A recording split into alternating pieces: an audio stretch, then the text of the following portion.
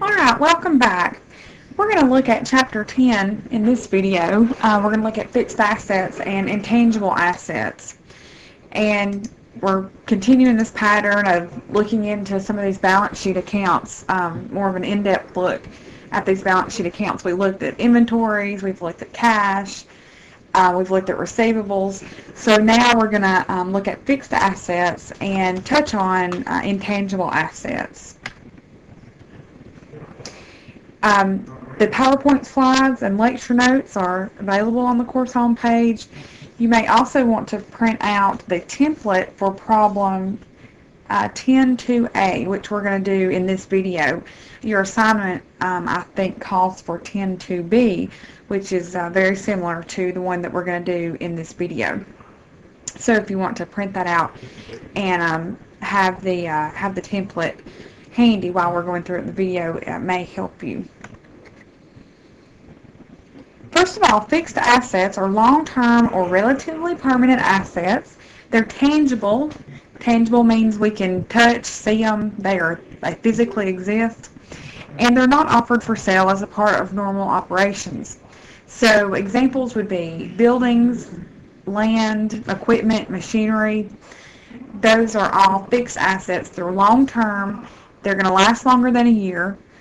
Sometimes a general rule is that if it lasts longer than a year and costs more than $100, you're going to capitalize it, or it's going to be a fixed asset.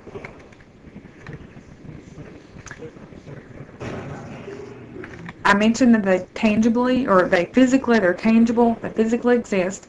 They're owned and used by the company in its normal operations. And they're not offered for sale as a normal part of business. We can, when we incur a cost, we can either capitalize it or expense it. We're going to expense costs that are short-term, that are not long-lived, that will be used within a year. For example, supplies. Supplies are an asset, however, they are short-term. They are not capitalized. They're not created. They're not put into a fixed asset account and depreciated. Supplies are expensed off each month. But if we do buy something that's long-term, such as a building or a piece of equipment, we're going to capitalize that and depreciate it over its estimated useful life. So we're going to capitalize costs that will last longer than a year and are used for productive purposes. These assets will be depreciated and will be on the balance sheet under fixed assets.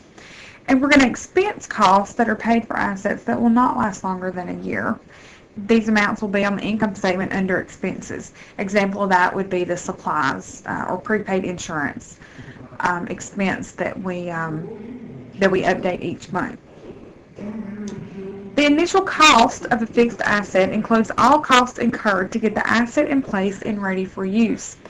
This is the graphic that's in your textbook, and it lists some common costs of acquiring fixed assets. This one for a building.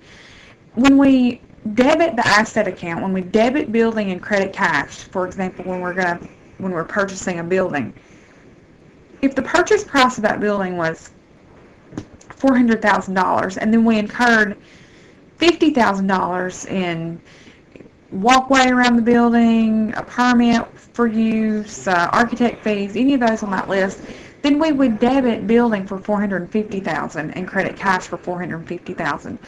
So any cost that we incur to get that building ready for use, for its initial use in our business, then we're going to add that to the initial cost and debit to that asset account. And that's going to make a difference when we start calculating depreciation.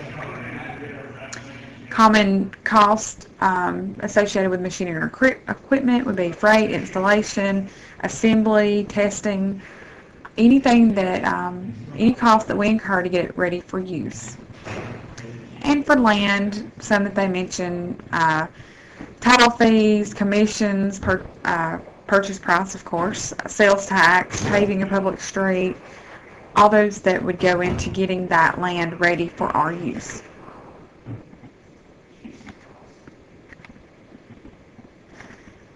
Amounts that we do not include in the initial cost of a fixed asset include vandalism, any errors or mistakes that were our fault, uninsured theft, damage while unpacking. Those are all things that would be expenses that would just be expensed off in that year. So they would be miscellaneous expense or something like that that would actually come out of our net income for that year. It wouldn't go into the initial cost of the asset. Example, April 9th, the firm paid $300 for a tune-up of a delivery truck. We're going to expense that $300 to repairs and maintenance expense and credit cash. Cash is going to be, we're going to be paying for it, so cash is going out.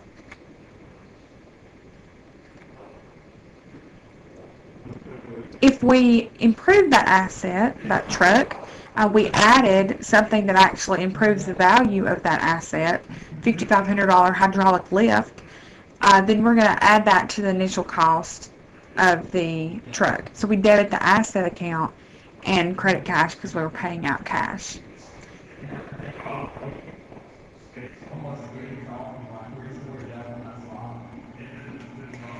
Okay, if you remember back in chapter 3, I believe it was, when we first introduced the concept of depreciation. Depreciation is the decrease in usefulness of an asset, and we, at the end of each month, we do an adjusting entry to update depreciation for each asset that we own. From chapter 4, we would debit depreciation expense and credit accumulated depreciation for a number that they gave us. They would tell us depreciation for the year was $5,000 or depreciation for the month of January was $300. They would tell us that number. In this chapter, we're going to actually calculate that number and plug it into our adjusting journal entry. As I said, depreciation is the decrease in usefulness of an asset. Over time, fixed assets lose their ability to provide services. We know this firsthand from the vehicles that we drive. They depreciate. If you have a vehicle 2 years, that second year it will run better than it would on the 10th year that you had it. You're going to incur more expenses. You're going to have to, repair belts and repair sensors and things like that. And it's because that car is being driven and used, and it's losing its ability to function productively. So we account for that decrease in usefulness by booking a depreciation expense and updating the accumulated depreciation account each month accordingly. Physical depreciation includes the wear and tear during use or from other exposure to weather, something like that. And then we have functional depreciation, which deals more with like software. Let's say that you have a 2003 edition of software and everybody else that you do business with has 2007. Well, that 2003 version still works. It's, it still does its job. Maybe it's Excel 2003.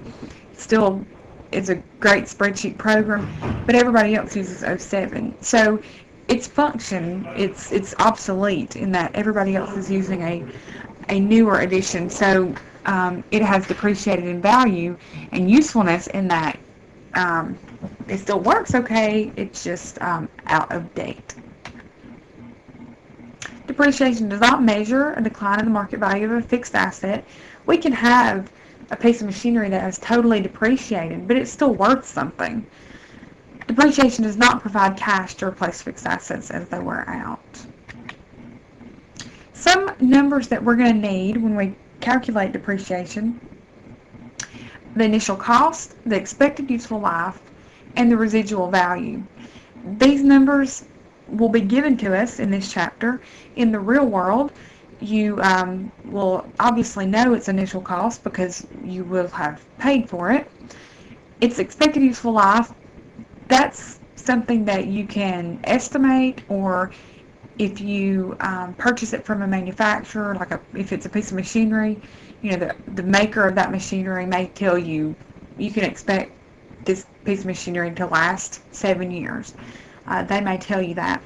And its residual value, that's more or less its fair market value at the end of its useful life. So let's think of a car. Um, let's say we bought a truck for our business for $20,000. It's expected to last us 7 years, and at the end of 7 years, it's not going to be worth $20,000. Nowhere near that. Um, its fair market value will have depreciated as well. Its estimated residual value, we may say, is $5,000. Uh, whatever that truck will be worth in 7 years will be its estimated residual value. As I said, the residual value is expected worth of that asset at the end of its useful life.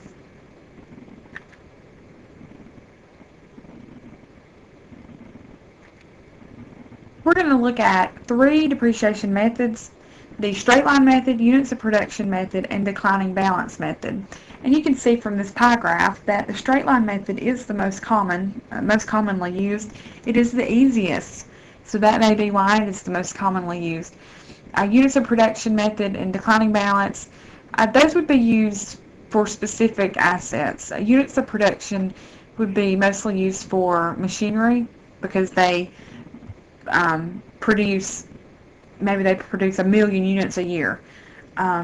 So we'll, instead of having an estimated useful life in years, we will have an estimated useful life in hours, possibly even units, how many estimated units for its lifetime that it's able to produce.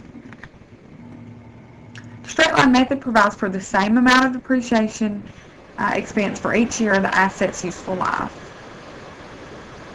The calculation to figure the depreciation expense each year, we take the initial cost minus the estimated residual value and divide by the estimated life.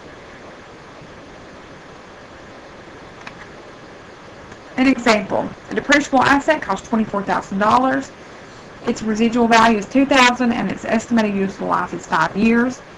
We take the $24,000 minus the $2,000 and divide it by 5, and the annual depreciation would be $4,400. Each year, we would debit depreciation expense $4,400 and credit accumulated depreciation $4,400.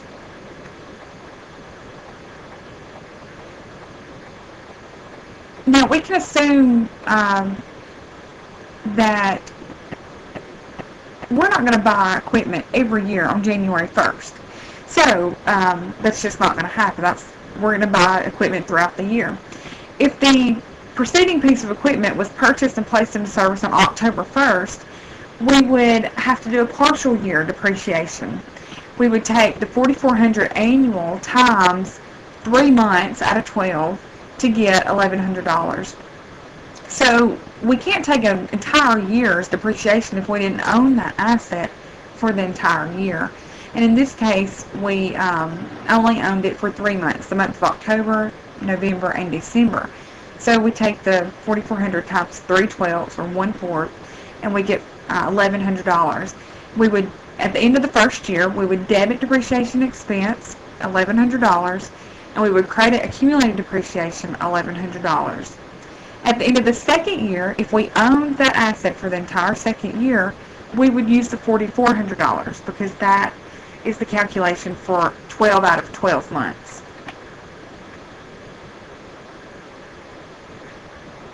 The units of production method provides for the same amount of depreciation expense for each unit produced or each unit of capacity used by the asset. The calculation for the units of production method is the cost, initial cost, minus residual value divided by total units of production. Now that is a depreciation per unit. There will be one more step we have to do to actually figure out the annual depreciation based on how many units we actually produced that year. This example says same type of asset, $24,000 initial cost, $2,000 residual value. Its estimated life is 10,000 hours. So they didn't tell us 5 years, they gave us a number of hours. So this is apparently a piece of machinery or something we use in production. Calculation would be 24,000 minus 2,000 as your numerator Denominator would be that estimated lifetime hours. And we would get depreciation per unit of $2.20 per hour. Our journal entry is not going to have $2.20 unless we only use that for 1 hour throughout the year, which is highly unlikely. They tell us that we use it for 2,100 hours during the year. So we have to take that $2.20 and multiply it by the 2,100 hours used to get the annual depreciation of $46.20. Our journal entry for this year for the depreciation for this piece of equipment would be a debit to depreciation expense of $46.20 and a credit to accumulated depreciation for $46.20. The double declining balance method provides for a declining periodic expense over the estimated useful life of the asset. This is also known as just the declining balance method.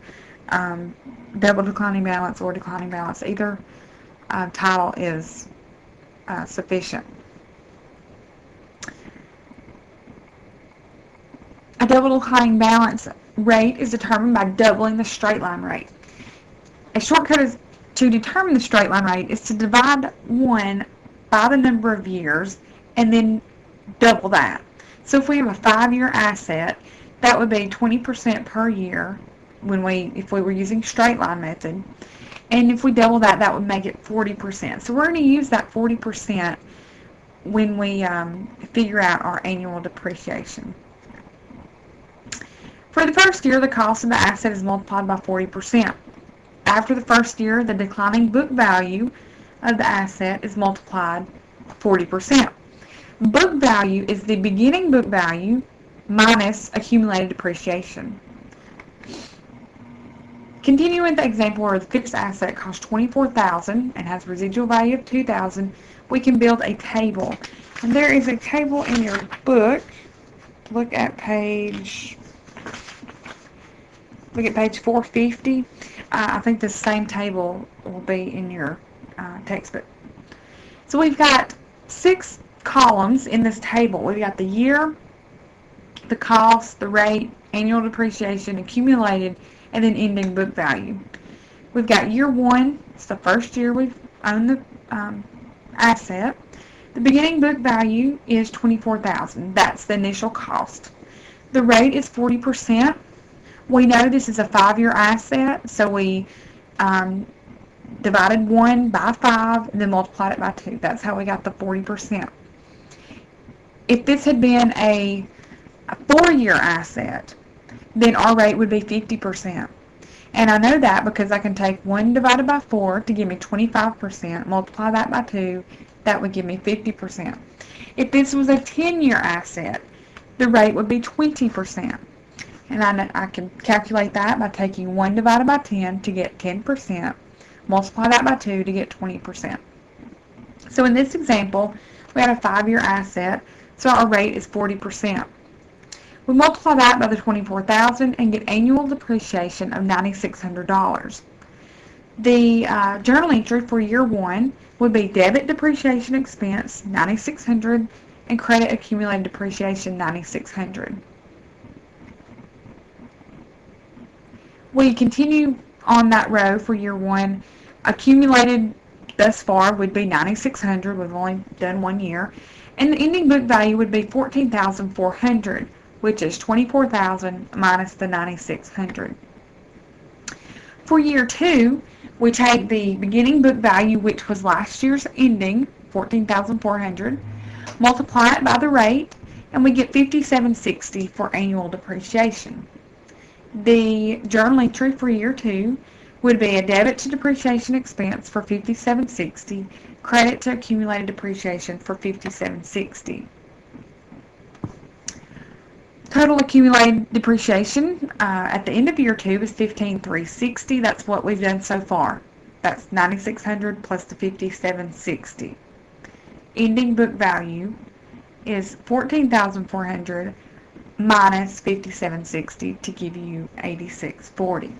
Remember, ending book value is beginning minus annual depreciation expense to give you the ending book value. Now they continue on this table to get each year's annual depreciation through year 5.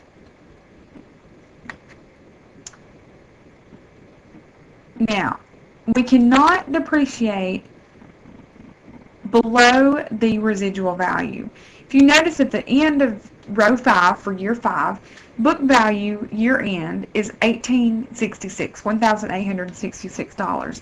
That's below the $2,000 residual value, and we can't do that. That's against the rules.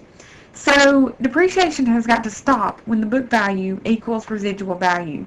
So we're going to force $1,100 into the annual depreciation column to make our ending book value equal to $2,000. So our depreciation for year 5 would be $1,110. I don't worry about multiplying by the rate.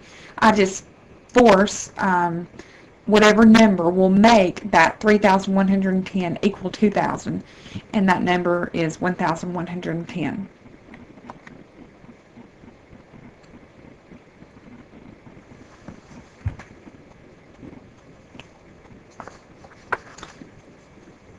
Okay, the next section deals with disposing of fixed assets.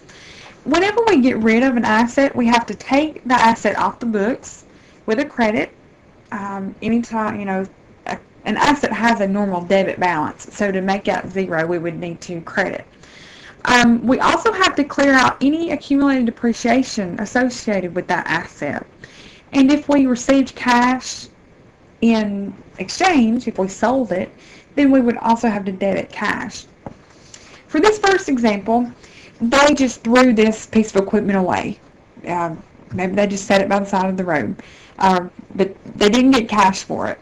A piece of equipment acquired at a cost of $25,000 is fully depreciated, meaning that accumulated depreciation has a balance of $25,000, and it is discarded on February 14th, 2010. So we clear out the accumulated depreciation account and we clear off the equipment. Apparently it had no residual value, so it was fully depreciated down to zero. If we sold the asset, we have to take into consideration the cash that was received and any gain or loss that was associated with that. This example says equipment was purchased at a cost of $10,000. It had no estimated residual value and was depreciated at a straight line rate of 10%. So this was a 10-year asset. They depreciated 10% per year. The equipment is sold for cash on October 12th of the 8th year of its use. The balance of the accumulated depreciation account as of the end of the previous year was $7,000. So they're selling this in its 8th year. They've depreciated $1,000 per year for total accumulated depreciation of $7,000. The entry to update the depreciation for the 9 months of the current year is as follows. We have to do this journal entry to update our depreciation expense for the time that we have used it for this year. It said we were selling it on October 12th. So we are going to book depreciation for 3/4 of the year. We've used it for 9 months out of 12. So we debit depreciation expense for $750, credit accumulated depreciation for $750, and that was calculated by taking 10,000 times 3/4 of the year times 10%. You could also calculate that by taking 10,000 divided by 10, which is the estimated number of years, and you get 1,000, and then multiply that by 3/4, and you would get 750.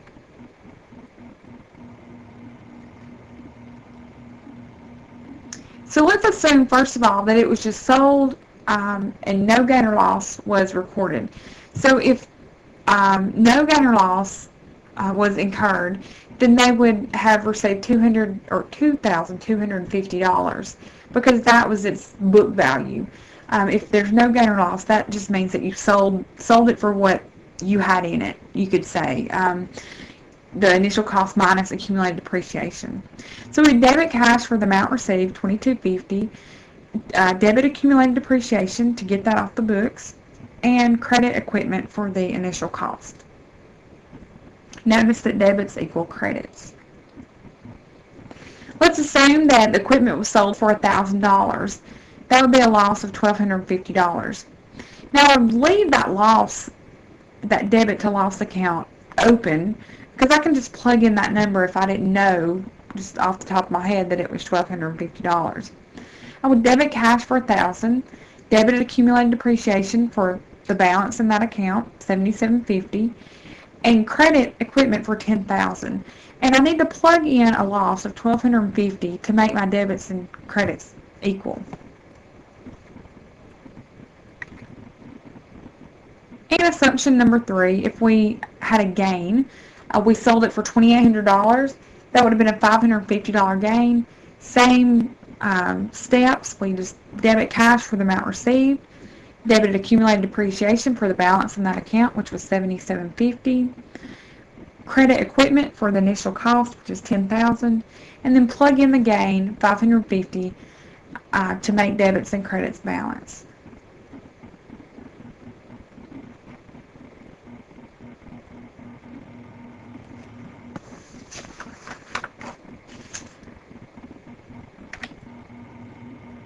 Depletion is the depreciation of a natural resource. A natural resource is something that comes out of the earth that we use for our business. And this would be for like an oil company, or if you were a coal mining company. You use those assets for productive purposes. You depend on those assets for your business's livelihood. So we can actually transfer that cost into expense account using depletion instead of depreciation. Depletion is very similar to depreciation. An adjusting entry is done at the end of the period to record the expense. We don't have any journal entries for that. There are calculations to go through for that, but we don't get into that in this course. The main thing you need to remember is that depletion is the depreciation of a natural resource. Intangible assets are assets that do not physically exist. Examples would be patent, copyright, trademark. Goodwill is also an intangible asset. Goodwill is not what we think of the thrift store goodwill. Goodwill is the price that you pay, the amount of money that you pay over what something is worth. So, for example, let's say I'm gonna buy a hardware store, well known in town. They've got a good client base, lots of customers that are very loyal, and I'm gonna buy that hardware store. And my client or my accountant and the hardware store accountant or whoever, they go through and figure out the cost, the fair market value of all their assets. They add up all the buildings, how much they're worth. They add up the land that it's on, all their trucks. They add up all the inventory. If they've got furniture, they sell whatever they sell, hardware, tools, lawnmowers. They add up all that stuff and they say, okay, everything that this business owns is worth $2.5 million. And then they tell me that the selling price of that business is $3 million. I'm going to pay $500,000 more for that business because I'm buying reputation. I'm buying customers. So that would be considered goodwill, and that is an asset that will be in our books. A patent is an exclusive right granted by the federal government to manufacture or sell goods. We've heard of patents before. They last for 20 years. Whenever we amortize a patent, which amortization is the depreciation of an intangible asset. So we've got depreciation that's for fixed, tangible assets. We've got depletion that's for natural resources. And we've got amortization that's for intangible assets. Instead of having an accumulated amortization, we take the yearly amortization straight out of the asset. So in this journal entry, you can see that we debit the expense account and then we credit the asset, the patent asset account.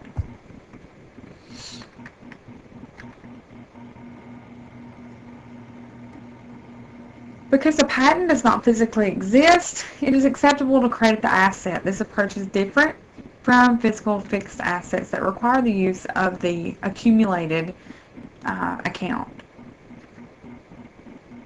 A copyright is the right to publish, sell any kind of musical or literary composition. It extends for 70 years beyond the author's death. And a trademark is a unique name, term, symbol to identify a business and its products. Trademarks can be registered for 10 years and can be renewed every 10 years thereafter. And goodwill refers to an intangible asset of a business that is created from such favorable factors as location, reputation, and skill. And that's what I mentioned about the hardware store.